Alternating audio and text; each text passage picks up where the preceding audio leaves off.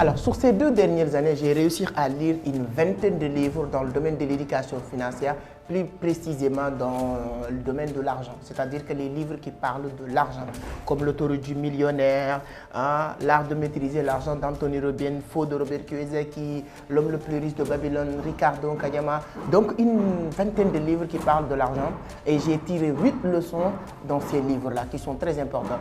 Donc, en écoutant attentivement cette vidéo que je vais partager avec vous aujourd'hui et ces leçons que j'ai tirées sur ces 8 livres-là, ce sera comme si que vous avez déjà eu le résumé de ces vingtaines de livres. C'est hyper important et je suis convaincu que ces 8 leçons que je vais partager avec vous aujourd'hui dans le domaine de l'éducation financière, surtout dans tout ce qui tourne autour de l'argent, ça va vraiment changer votre situation financière. Mais les détails, ça va être juste après l'intro.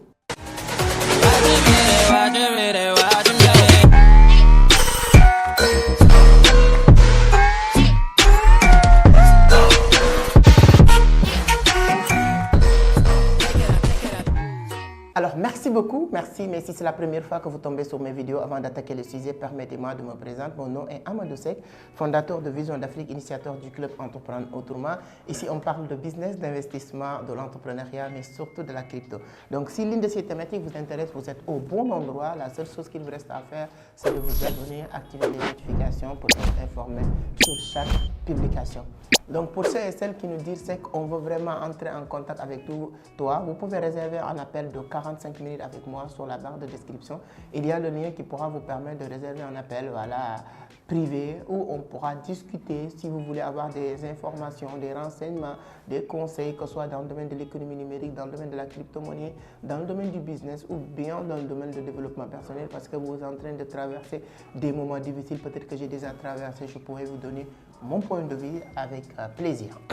Donc ceux et celles aussi qui veulent vraiment maîtriser un peu la crypto, il y a le lien formation gratuite sur la crypto-monnaie. Ça pourra vous permettre d'avoir des idées très claires et voilà, développer certaines compétences qui pourra vous permettre de développer des sources de revenus très intéressantes. Alors bref, on va entrer au vif du sujet. Comme je l'ai dit, j'ai noté ici 8 leçons que j'ai tirées sur une vingtaine de livres que j'ai liés dans le domaine de l'éducation financière et pour vraiment changer votre situation financière.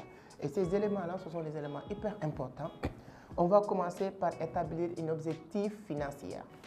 Dans le livre de Réfléchir et devenir riche de Napoléon Hill, premier objectif pour atteindre certains niveaux financiers, c'est de fixer un objectif clair, net, précis, écrit noir et blanc de votre objectif financier, c'est-à-dire que le montant exact. Souvent, vous rencontrez des jeunes entrepreneurs, quand vous leur dites vous gagnez combien ou combien vous voulez gagner, on dit non, je veux juste gagner de l'argent. Non, non, vous n'avez pas, c'est-à-dire que cette vision à pointer dans votre objectif. Quand vous avez un épée pour viser, il faut voir, c'est-à-dire que votre cible, c'est-à-dire que si vous n'avez pas de cible, si vous n'avez pas quelque chose à viser clair et net, tu ne peux rien toucher. C'est-à-dire que tu vas tâtonner comme ça. Si vous savez là où il faut aller, là où il se trouve la porte de cette maison, tu n'as pas besoin de faire le tour de cette maison, tu viens directement frapper la porte et entrer. C'est comme ça aussi dans le monde des affaires. Et ça, c'est confirmé sur pratiquement tous les livres que j'ai lus dans le domaine de l'argent. Donc, premier objectif, c'est première chose à faire dans le domaine de l'éducation. Première étape, c'est d'établir un objectif clair, le montant que vous voulez gagner. Moi, début d'année 2024, je ne vais pas vous mentir, il y a des gens, ça va être un peu petit pour eux, d'autres personnes, ça va être un peu gros pour eux. Moi, début 2024, j'ai écrit noir sur blanc, cette année 2024, je veux atteindre 300 000 $. Donc là, je connais le montant exact et je fais le maximum possible pour atteindre cet objectif-là. Et ça me permet de savoir chaque jour, chaque mois, chaque semaine, chaque trimestre, combien que je dois avoir. Si je n'arrive pas à atteindre ce montant sur les trimestres qui viennent ou bien sur chaque jour ou chaque semaine, c'est qu'il faut améliorer certaines choses ou bien je peux être content que je suis sur la bonne voie. Donc mes chers amis, si vous n'avez pas un objectif clair du montant que vous voulez gagner le mois prochain, les 3 prochains mois, les 6 prochains mois, les 10 prochains mois, c'est à partir d'aujourd'hui que tu dois le fixer. Ne vous inquiétez pas, même si vous ne travaillez pas, parce que ça va vous permettre d'avoir une idée très claire. Deuxième élément que j'ai appris aussi sur tous les livres que j'ai lus dans le domaine de l'argent, c'est hyper important, c'est le budget. C'est-à-dire que vous devez savoir comment vous gérez votre argent. C'est bien développé dans le livre. Bon, ce n'est pas mes inventions, je vous avais dit que ce que j'ai appris sur les vingtaines de livres que j'ai lus sur ces 2 dernières années. Si vous lisez le livre de Ricardo Cagnama, hein, La chèvre de ma mère, donc sur les escaliers de la richesse, je pense que je vous avais fait une vidéo pour bien expliquer. Le montant que vous gagnez n'est pas important, mais comment vous gérez ce montant qui est important. Il y a 2 personnes. Sur l'escalier de la richesse, il y a les plus pauvres des pauvres, les pauvres équilibrés, les pauvres moyens et les riches. Peut-être les riches gagnent 100 000 par mois et les pauvres, les plus pauvres, gagnent 1 million par mois. Ce qui leur distingue, ce n'est pas la quantité qu'ils gagnent, mais la suite. C'est-à-dire que les plus pauvres parmi les pauvres, ce sont des personnes qui gagnent peut-être 1 million, mais qui dépensent 1 million 100, 1 million 200 par mois. C'est-à-dire qu'il a moyen. Chaque mois, il dépense plus de ce qu'il gagne. Pour chuter sur les 2 étapes, allez sur les riches. Les riches, ce sont des personnes qui se débrouillent. Même si la personne gagne 200 000, il se débrouille pour vivre avec 150 000, épargner 50 000 et à la fin investir ce qu'il épargne. Donc c'est hyper important. Si vous n'avez pas regardé la vidéo que j'ai faite sur Ricardo Cagnama, je vous conseille de le lire. Ça va vous permettre d'apprendre beaucoup de choses dans le domaine de l'éducation financière, surtout l'escalier de la richesse. C'est hyper important.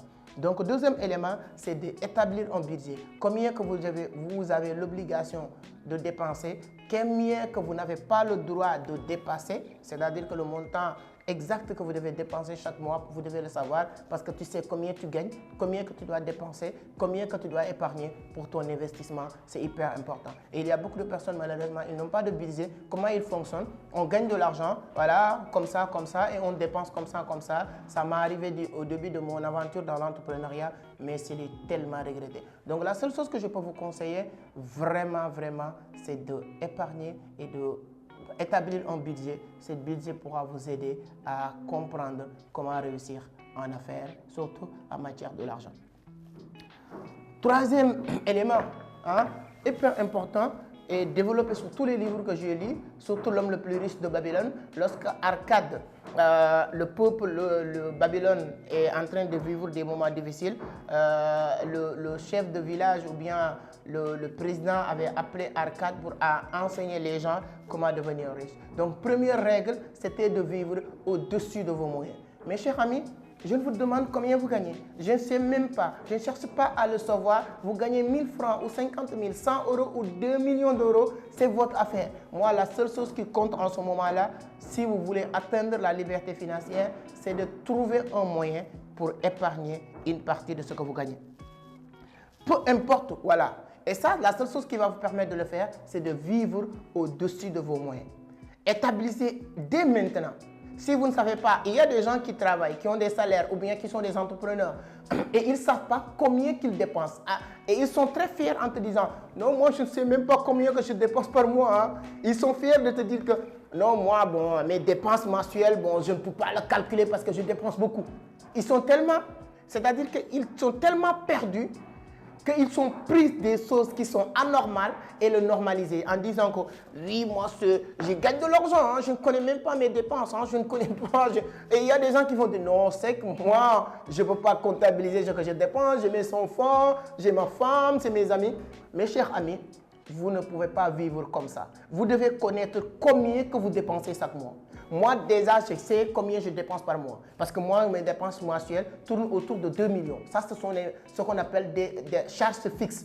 Je sais combien que je dois donner à la maison. Je sais combien que la facture d'électricité, loyer, mon bureau, mon personnel. C'est-à-dire que tout ça, je l'ai comptabilisé. Là où je vous parle en 2024, cette vidéo, je l'ai enregistrée en avril 2024. Donc, mes dépenses, c'est à 2 millions. Donc, pour dépenser plus que 2 millions, là, parce que sur les 2 millions aussi, il y a 350 000 qui doivent entrer dans ma poche pour mes besoins personnels durant le mois. J'achète du carburant, souvent j'ai envie d'aller acheter quelque chose à manger, des trucs comme ça.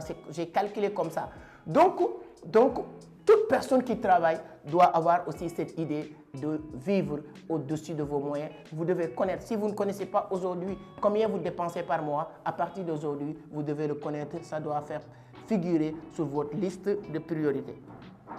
Et quatrième élément que j'ai appris, ça c'est, il n'y a pas un livre de l'éducation financière, ça je ne vais pas citer un livre, ou bien même un professeur de l'éducation financière qui n'existe pas sur le fait d'épargner 10% de ce que vous gagnez. Donc payez-vous en première. Et ce paiement que vous payez vous en première, ce n'est pas votre argent, c'est ce paiement qui doit contribuer sur votre parcours ou votre chemin pour atteindre la liberté financière. Et moi, je dis, tous ces classiques qui disaient qu'épargner 10% à l'époque, c'est normal, mais aujourd'hui, je pense que 10% même, c'est peu. Regardez ce que vous gagnez, prenez une grande partie et vous le mettez à côté avant de toucher cet argent.